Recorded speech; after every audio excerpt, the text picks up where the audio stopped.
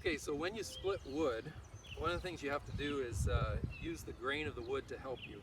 So what I often do, what I try to do is when I have a round like this, the one thing I want to do is try to find maybe a crack that's already in the wood, but I want to try to split it into half. And so I'm finding a crack in the middle, probably hit close to the edge of the wood and try to split it apart. The longer the piece of wood is, like this one here, the harder it is to split apart. The shorter they are, the easier they are to split apart. And of course, anytime there's knots or limbs or anything like that inside the wood, that makes it a lot more difficult as well.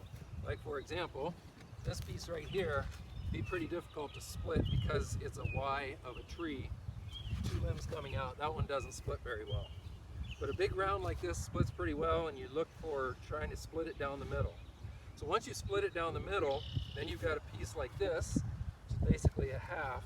And as you're working on this half log, what you want to do is you want to hit the maul, the splitting maul, close to the edge of the log on an angle that goes right through the middle of the log. So you always want to find the middle, and you're going to split off chunks like this, like pieces of pie. And so as you go, you're knocking off these little pieces or these little quarters or eighths that look about that big. And as you go down through, you end up getting smaller and smaller pieces, and eventually you end up with firewood size about like that.